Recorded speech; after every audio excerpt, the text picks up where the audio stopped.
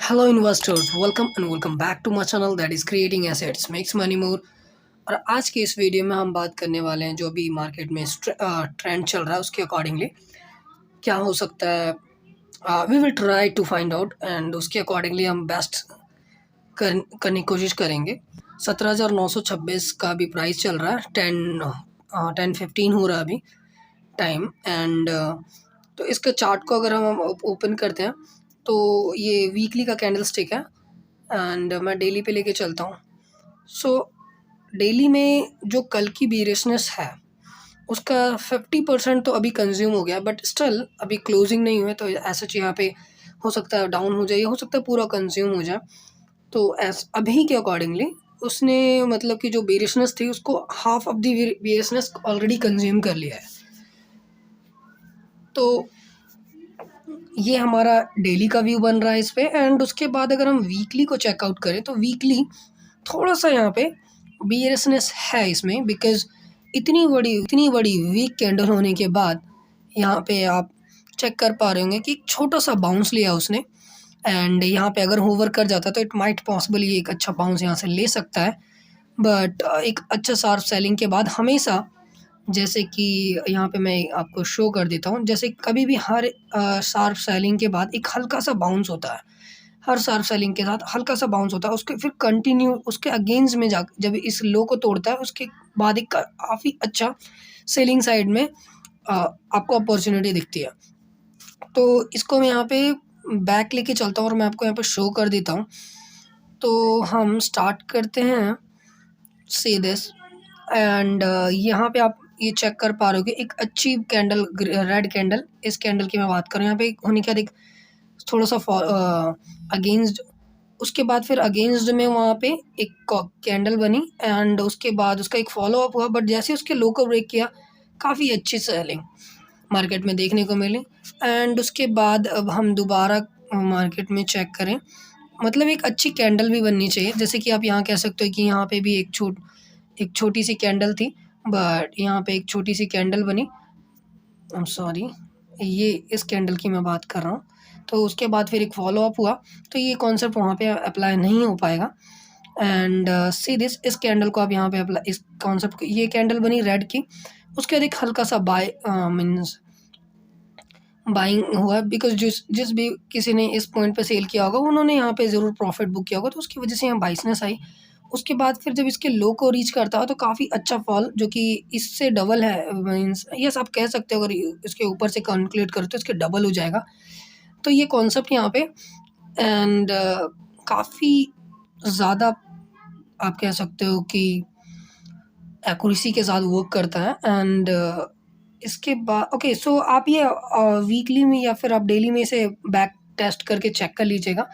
But yes, ये काफ़ी ज़्यादा ट्रस्टेबल कैंडलस्टिक पैटर्न्स होता है, तो उसके अकॉर्डिंगली आप यहाँ पे वर्क कर सकते हैं। सो अब ये क्या हो सकता है कि जब या इसके हाई को ब्रीच करे और ये 50% के ऊपर तक मार्केट, इसके 50% ऊपर तक के मार्केट को यहाँ तक आसपास रुक जाती है, तो उसके बाद में यहाँ पे बाइंग एटलीस्ट वीकली में तो बाइंग हो जाएगी।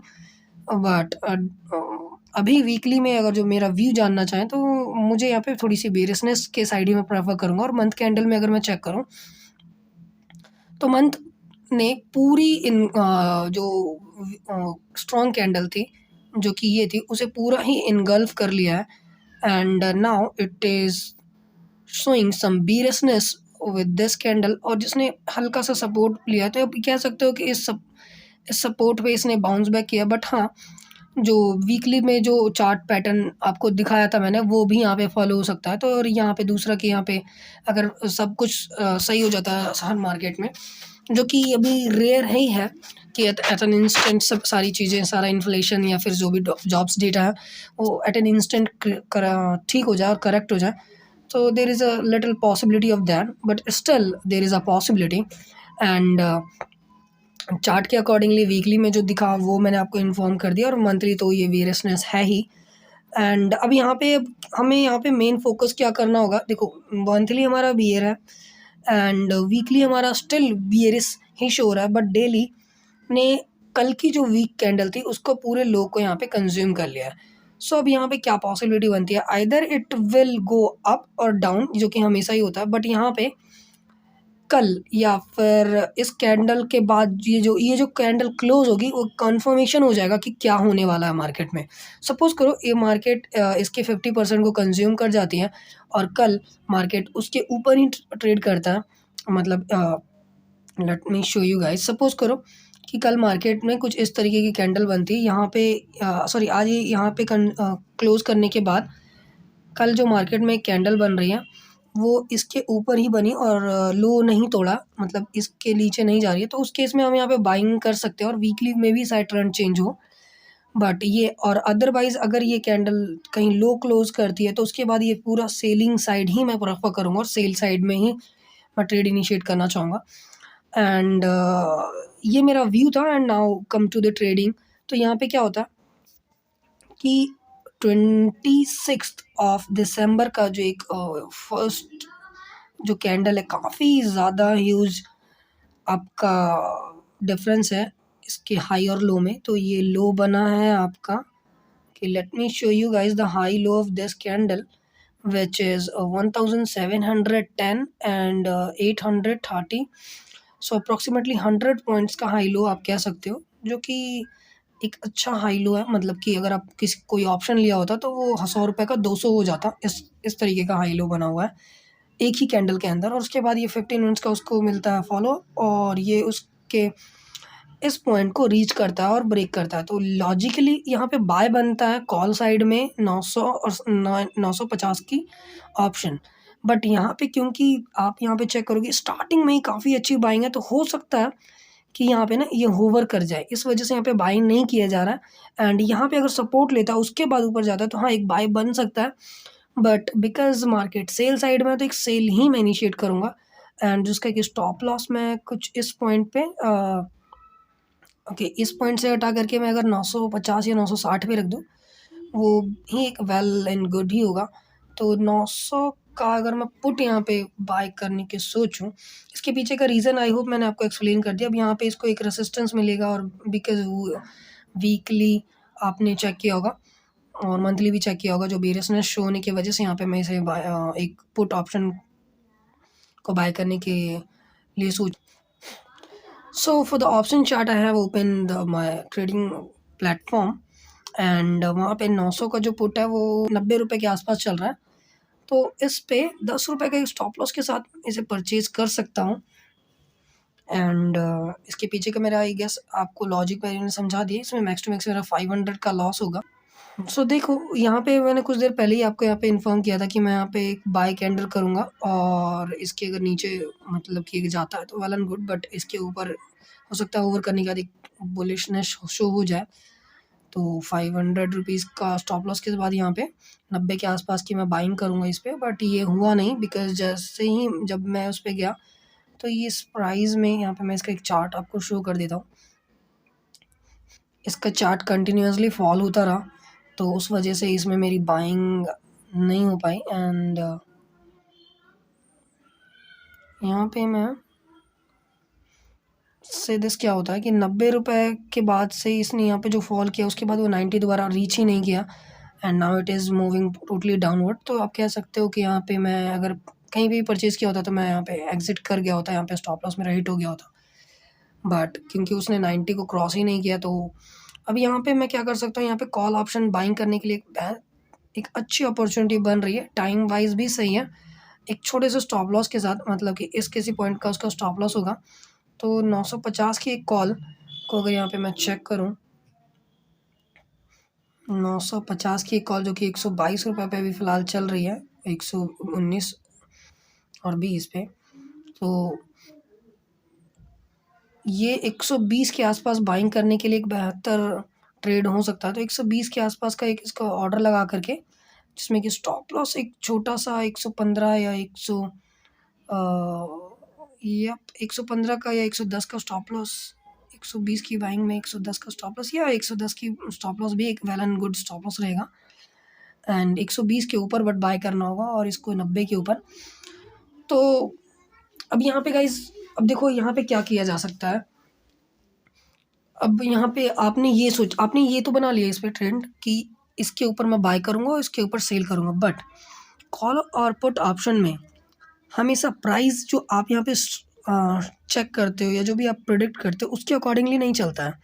यहाँ पे आपने प्रेडिक्ट किया कि यहाँ से मार्केट ऊपर जाएगा, मैं कॉल बाय कर लेता हूँ, बट यहाँ पे अगर आप कॉल के प्राइसिंग में देखोगे तो ये वहाँ से तो फॉल कर गया था 120 से इसने 117 के आसपास, बट ये 120 ऑलरेडी हिट हो चुका है। तो हाँ, आप कह सकते हो कि 120 के आसपास ये मेरी बाइंग हो चुकी है।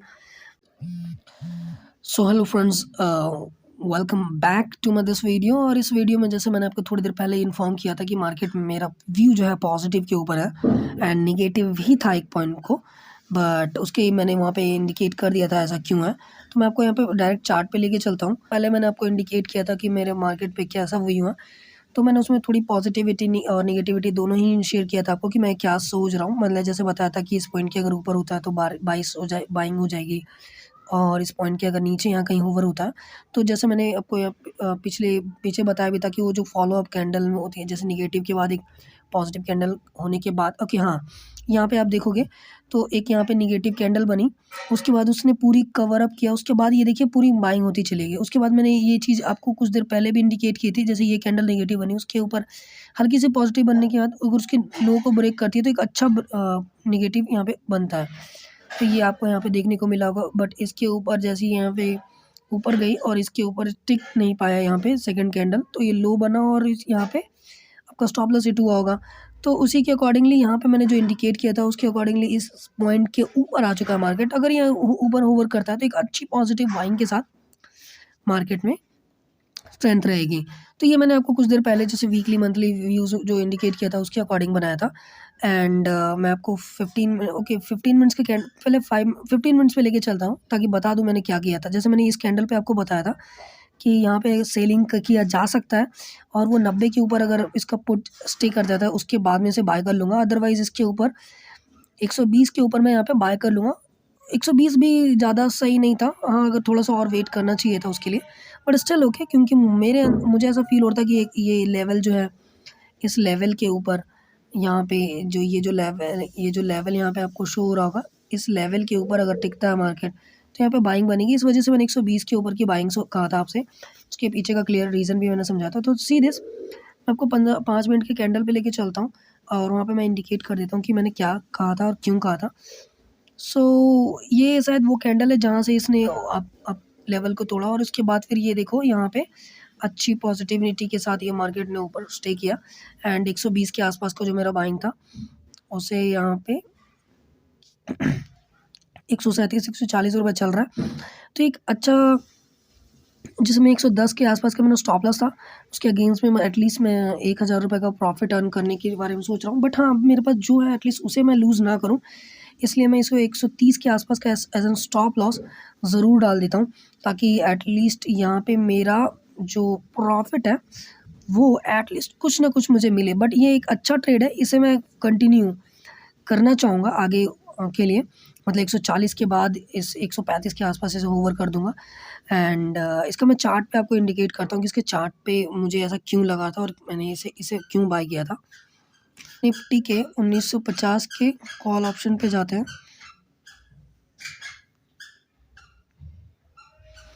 जो कि ये हैं।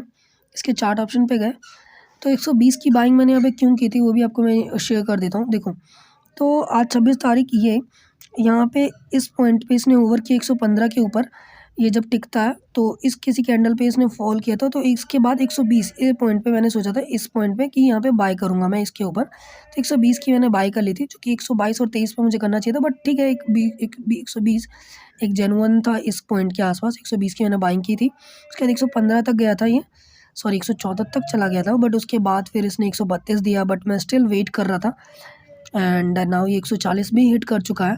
तो आप कह सकते थे कि अगर मेरा टारगेट होता तो डायरेक्ट हिट हो गया होता टारगेट, मतलब 140 में मैं एग्जिट कर गया होता, बट क्योंकि मैंने टारगेट नहीं लगाया था, स्टॉप लॉस लगाया था। क्योंकि आप ना एक ही चीज़ एक बार लगा सकते हो, क्योंकि अगर आप मान लो यहाँ पे आपने बाय किया 120 पे, मैं आपको यहाँ पर शो करता हूँ, तो आपने बाय किया 120 पे, इस पॉइंट पे आपकी बाइंग है, तो एक सेल करोगे आप, यस, एक सेल करोगे जो कि आपने मान लो 110 के आसपास यहाँ पे सेल लगाया हुआ है।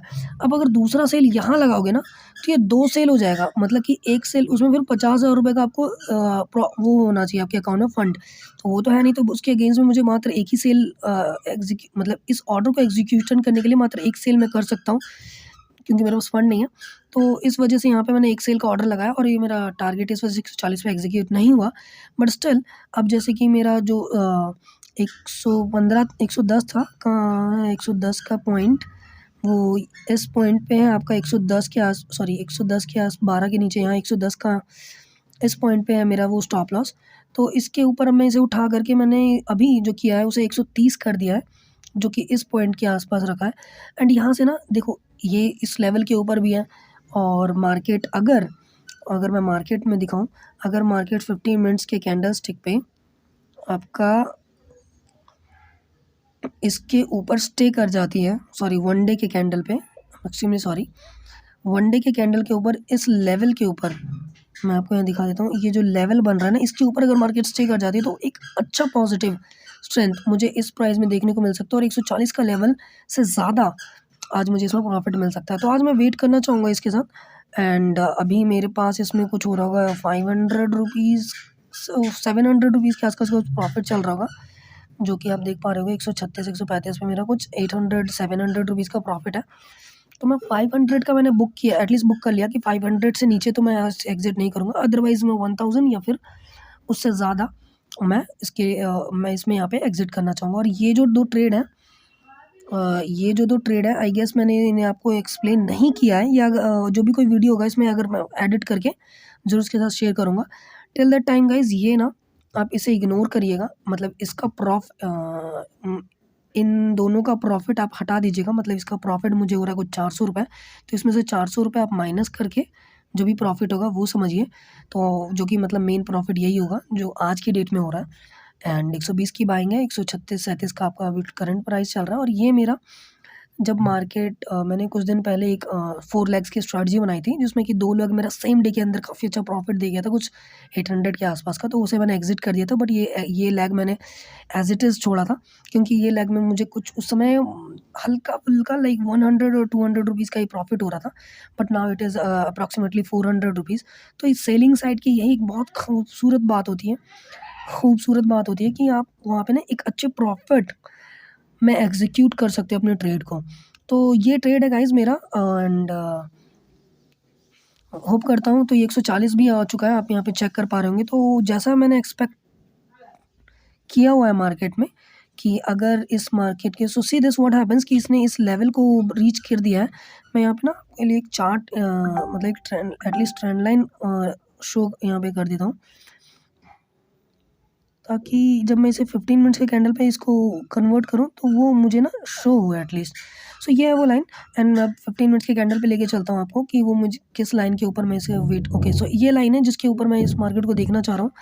एंड उसके बाद ये आराम से 1800 के आसपास ये हिट कर जाएगा, मतलब 13-14 पॉइंट, तो 150 तक का ये मेरा टारगेट रहेगा। अभी 141 आ चुका है, जो कि मेरा टारगेट भी है। एंड यहाँ पे मैं वेट करना चाह रहा हूँ, क्योंकि मुझे ऐसा फील हो रहा है पर्सनली, देखो टारगेट वाइज मेरा जो प्रॉफिट होना है वो मेरा हो चुका है यहाँ पे। अब जो भी मेरा प्रॉफिट है वो मेरे पास आ चुका है। यहाँ पे जो भी होगा ना, अब मैं प्रॉफिट पे गेम प्ले करना चाहूँगा। तो अब मैं एटलीस्ट इसका जो स्टॉप लॉस जो है मेरा, मैंने 130 पे लगाया हुआ है, इसको मॉडिफाई करके 140-42 के आसपास अभी चल रहा है। एक सेकेंड में इसे प्राइस को 135 कर देता हूँ, एंड 140-41 चल रहा है। देखो यहाँ पे ना एक अच्छा ट्रेड बन सकता है अगर मैं यहाँ पे वेट करता हूँ तो। सीरियसली मुझे ऐसा फील हो रहा है कि एक अच्छा ट्रेड कंसीडर किया जा सकता है अगर इसके ऊपर होवर कर जाता है तो। बट अगर नहीं करता है ना, और टाइम वाइज भी 12 बजने वाले हैं ऑलरेडी, तो यहाँ से हो सकता है एक निगेटिविटी शो हो जाए, और अगर थोड़ा सा फॉल होता है तो उस केस में मैं यहाँ पे अपना कुछ प्रॉफिट बुक कर लूँगा 140, या फिर अगर मैं 140 पे भी एग्जिट करूँ तो ये क्या बुरा नहीं होगा। टाइम वाइज तो यस, मुझे अपना ये प्रॉफिट एग्जीक्यूट कर देना चाहिए, वही एक सबसे बेटर और सूटेबल ऑप्शन बन रहा है मेरे लिए अभी। बट प्राइस एक्शन पे जो चीज़ें शो हो रही है ना, उसके अकॉर्डिंगली यहाँ पे मुझे, अगर मेरा कोई करंट ट्रेड हो रहा होता, अगर मैं यहाँ पे मेरे पास 2 क्वांटिटी होता ना, तो मैं 1 क्वांटिटी ज़रूर इस पे यहाँ पे स्टे करता।